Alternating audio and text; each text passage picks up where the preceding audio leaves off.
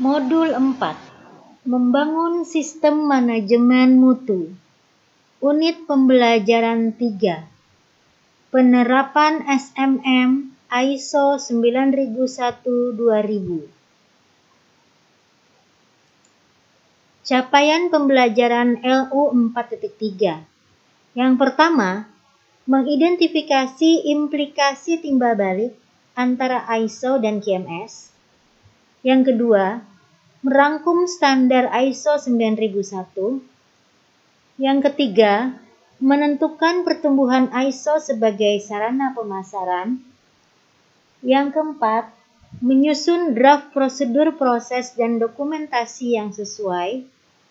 Yang kelima, menyusun daftar langkah-langkah utama untuk mencapai registrasi ISO.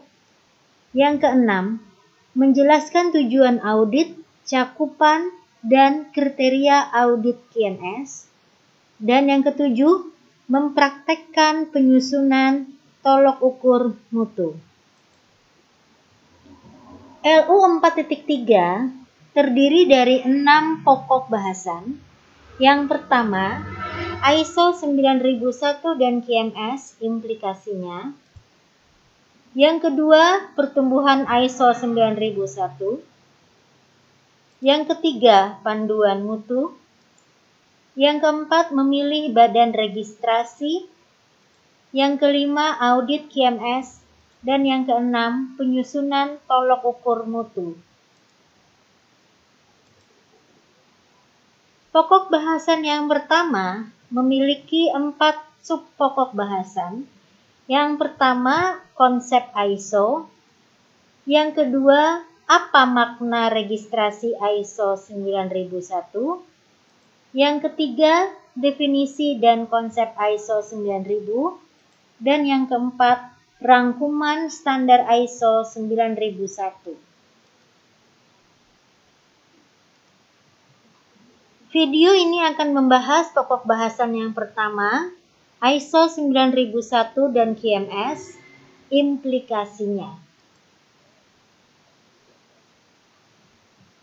Seperti yang telah kita ketahui, standar ISO ditujukan pada sistem mutu. Sertifikasi ISO berarti sebuah perusahaan memiliki pendekatan yang rinci dan terdokumentasi untuk mencapai konsistensi output.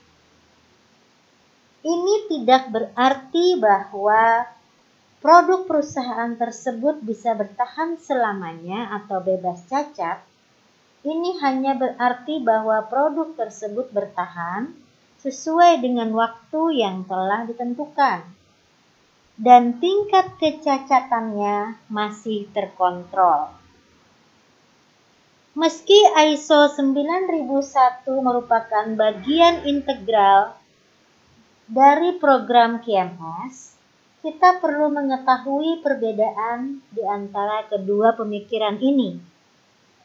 Standar ISO 9001 utamanya terkait dengan jaminan mutu. QMS berfokus pada manajemen mutu. Pendekatan ISO 9001 menentukan standar minimum untuk menjamin mutu.